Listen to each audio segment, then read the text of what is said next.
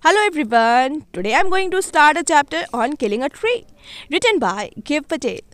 But before proceed the chapter, I want you to subscribe my channel and hit the bell icon so that you will get the notification of my next video.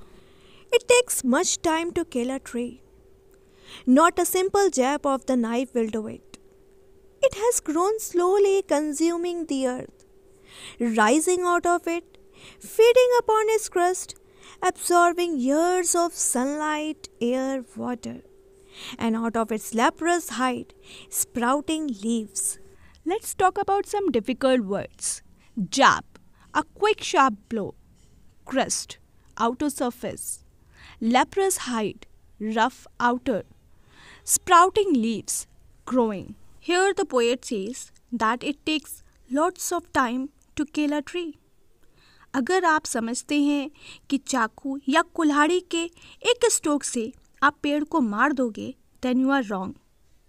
क्योंकि ये जो tree है वो अर्थ से sunlight, air and water को consume कर कर धीरे धीरे बड़ा हुआ है और आज वो इतना स्ट्रांग हो गया है कि सिर्फ चाकू या कुल्हाड़ी के सिंपल स्ट्रोक से आप उसे मार नहीं सकते.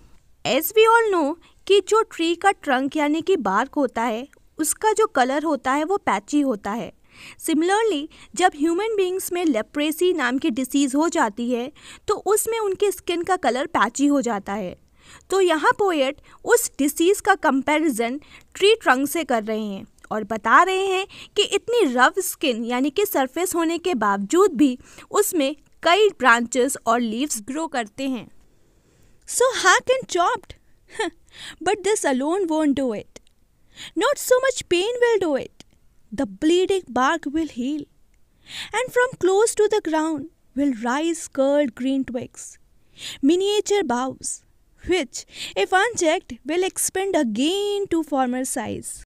Now let's talk about some difficult words. Hack, cut, chop, cut into small pieces. Heal, to become good again. Curled, spiral shape. Twigs, small branches. Miniature, very small. Boughs, big branch of a tree. अगर आप tree के trunk में ज़ोर से मारोगे या उसे pieces में कट कर दोगे तो इस अकेले से भी ट्री को कोई फ़र्क नहीं पड़ेगा. इससे आप उसे मार नहीं पाओगे. आगे पोएट हमें बताते हैं जब आप कुल्हाड़ी या चाकू से ट्री पर मारोगे तो उसे पेन होगा, बट वो पेन भी उसे मार नहीं पाएगा. सांप एक लिक्विड होता है जो पेड़ को काटने के टाइम निकलता है. तो यहाँ पर ह्यूमन की चोट को पेड़ की चोट से कंपेयर किया गया है. जिस तरह से ह्यूमन को चोट लगती है तो ब्लड निकलता है, वैसे ही पेड़ से सांप निकलता है.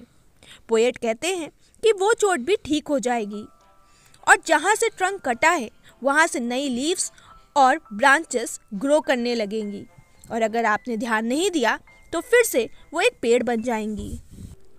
No, the root is to be pulled out of the anchoring earth.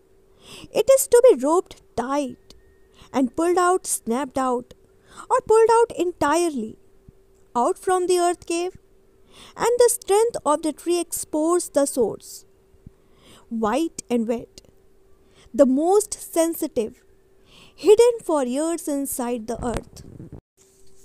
Now let's talk about some difficult words. Anchoring, holding, snapped out, to be cut, entirely, completely. आगे पॉइंट हमें बता रहे हैं कि जो ट्री की रूट्स होती हैं उसे खींचकर बाहर निकालना पड़ेगा, तभी पेड़ मरेगा, क्योंकि ये रूट अंदर ज़मीन में है और ये एक एंकर का काम करती हैं और ट्री को फर्मली खड़ा होने में हेल्प करती हैं. आपको पेड़ में रस्सी बांधकर उसे खींचना पड़ेगा ताकि वो अपरूट हो जाए और उसके बाद उसे पीसेस में कट कर देना पड़ेगा और या फिर उसे पूरा जड़ से निकाल देना होगा. Then the matter of scorching and choking in sunlight and air, browning, hardening, twisting, withering, and then it is done. Now let's talk about some difficult words. Scorching, very hard. Choking, drying. Browning, changing to brown color. Hardening, to become hard. Withering, causing destruction. Poet कहते हैं कि जब आप root को बाहर निकालोगे तब वहाँ पर एक पिट यानी कि गड्ढा हो जाएगा और उसी गड्ढे से आप रूट को बाहर निकाल लोगे।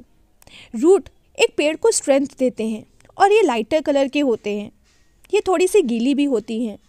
ये ट्री का मोस्ट सेंसिटिव पार्ट होती हैं और सेवरल ईयर्स ये ज़मीन में रहने के बावजूद भी ट्री को सपोर्ट देती हैं। पोएट कहते हैं जब आप रूट के साथ किसी ट्री को बाहर निकालोगे तब जाकर आप एक पेड़ को मार पाओगे। अब वो जो रूट है वो सनरेज के सामने आ जाएंगी जो अभी तक सनरेज से दूर अंदर ज़मीन में थी। अब जब वो सनरेज के सामने आ जाएंगी तो वो अपना कलर चेंज कर देंगी। उससे जो लगी ब्रांचेस और लीव्स हैं वो भी अपना कलर चेंज करके ब्राउन हो जाएंगे और ट्विस्ट हो जाएंगे और तब जाकर एक ट्री मर जाएगा। So, by the help of this poem, the poet wants to say not to kill the trees. वो हमें बताना चाहते हैं, वो हमें इमोशनल फील कराना चाहते हैं ताकि हम पेड़ों को कट ना करें। And like this we came to the end of this chapter.